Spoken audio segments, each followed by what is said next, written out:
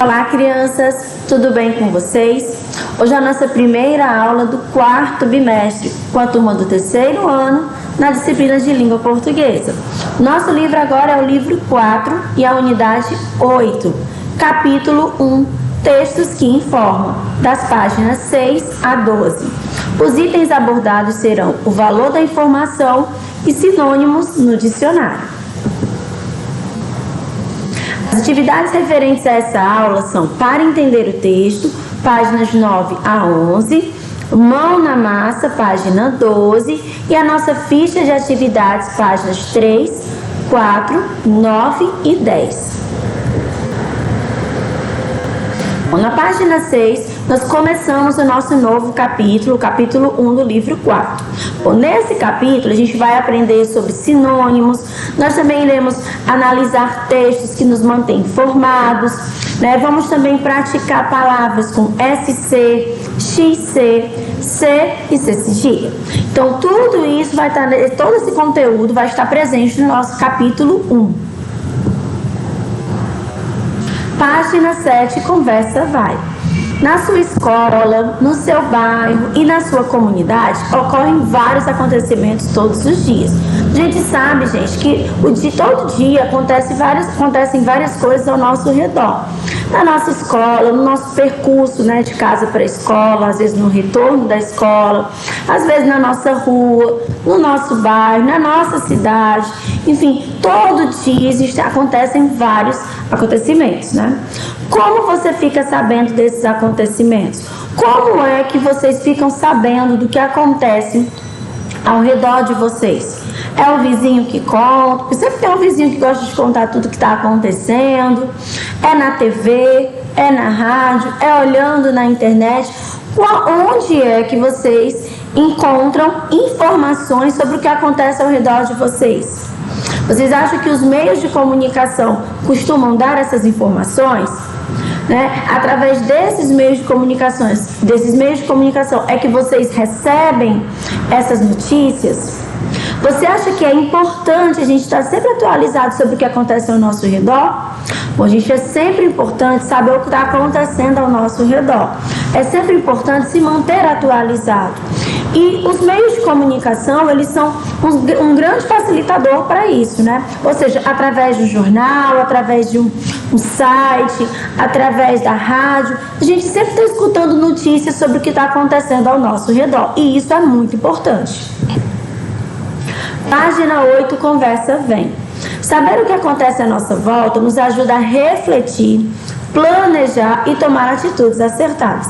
Por exemplo, se você sabe o que está acontecendo ali na sua comunidade, que é uma comunidade que no momento está havendo assaltos em determinado horário do dia, isso faz com que você pense sobre isso, faz com que você se planeje para sair em um outro horário, faz com que você evite andar sozinho naquele horário.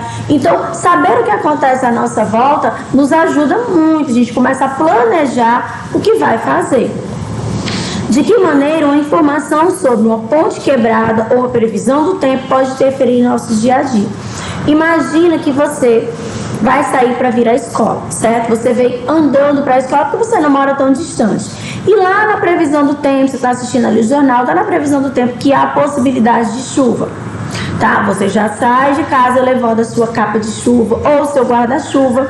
Isso vai fazer com que você se planeje. Se chover, você já vai estar protegido. Se não passa isso, ou se você não vai saber disso, você acaba saindo de casa, pode correr o risco de tomar um banho de chuva. Então é super importante realmente saber o que está acontecendo ao nosso redor. Isso faz com que a gente se planeje para as coisas que virão. O valor da informação. Você vai ler agora um texto publicado em um jornal de grande circulação em nosso país, ou seja, que é lido por muita gente. Menina emociona ao pagar em dobro contribuição na escola para quem não puder.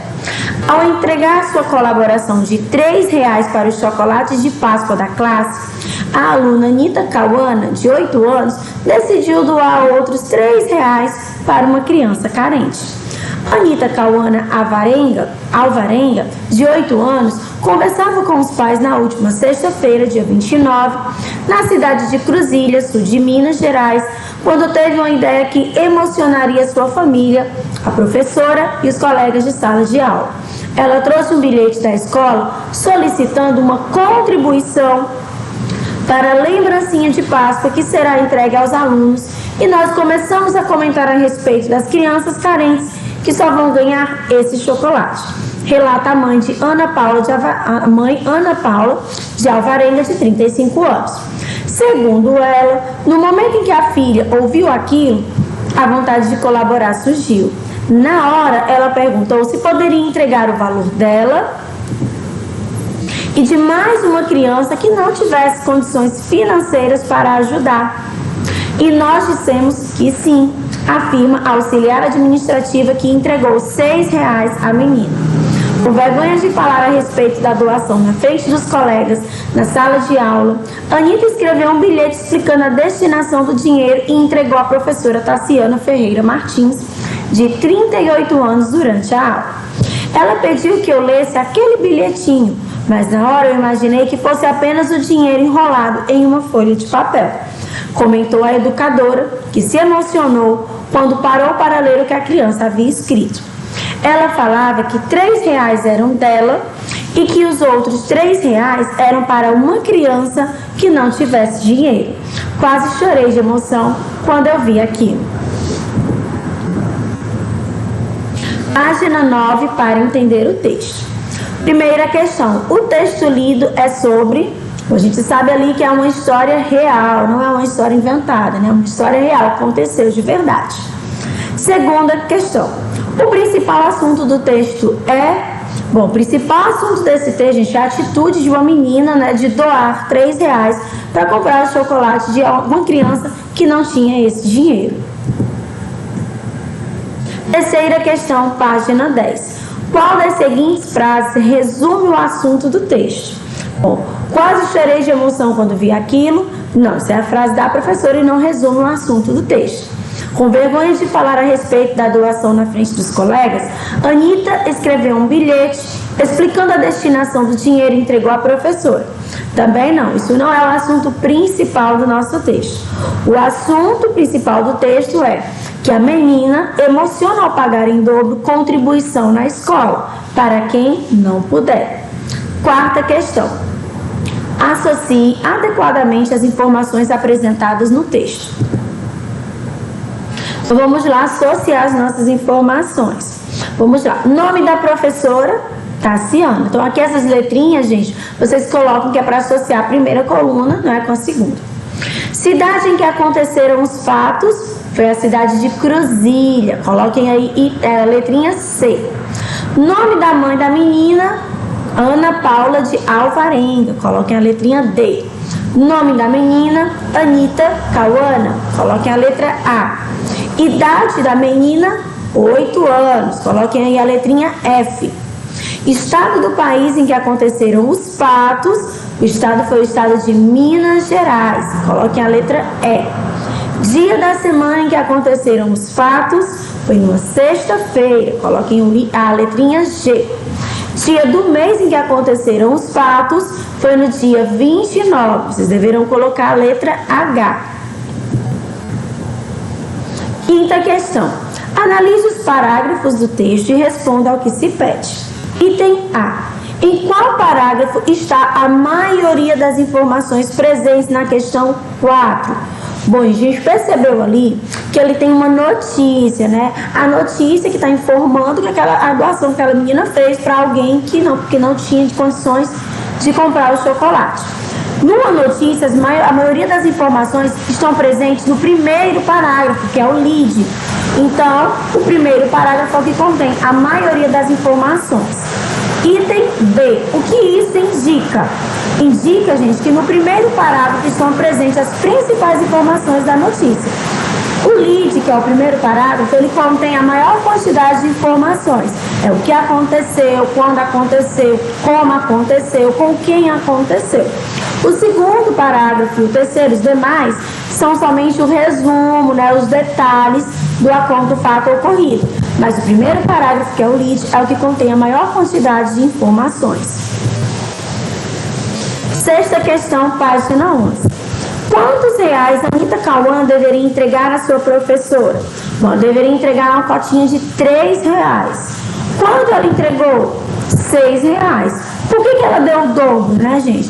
Porque ela fez isso para doar para algum colega que não tinha esse dinheiro. Então, ela doou esses R$3 para mais alguém que não tinha condições de contribuir com o dinheiro dos chocolates. Sétima questão. Qual é a sua opinião sobre a atitude de Anitta Cauã? O que vocês acham que a Anitta fez? O que vocês pensam sobre essa atitude da Anitta? Vocês podem estar conversando com os familiares de vocês, informando essa notícia e dizendo o que vocês acham da atitude dela. Oitava questão. Você conhece a Anitta ou a cidade de Cruzília? Por que essa notícia pode ser importante ou interessante para as pessoas? Gente, olha só, uma notícia dessa, apesar de ser uma notícia local, ela é importante para outras pessoas, para que essas outras pessoas vejam essa atitude tão bonita nessa menina e incentive essas pessoas a terem também atitudes assim, né? Então, é muito legal você expor uma notícia sobre esse tipo de assunto, de alguém ajudar alguém, de alguém fazer alguma contribuição, que isso incentiva as pessoas a terem essa mesma atitude. Nona questão. Qual das imagens a seguir representa o sentimento que motivou Anitta Cauã a colaborar para a lembrancinha de Páscoa com um valor maior do que foi pedido? A gente percebe aqui que é o item B, não é que ela está aqui dividindo algo com alguém e está muito feliz. Os textos que informam novidades ou acontecimentos reais são chamados de notícias. Normalmente são publicados em jornais, revistas e sites, ou são transmitidos pela TV e pelo rádio. O título de uma notícia é chamado de manchete e serve para informar e resumir o assunto que será tratado. Então, gente, a notícia ela é um gênero textual, certo? Ela é um texto jornalístico.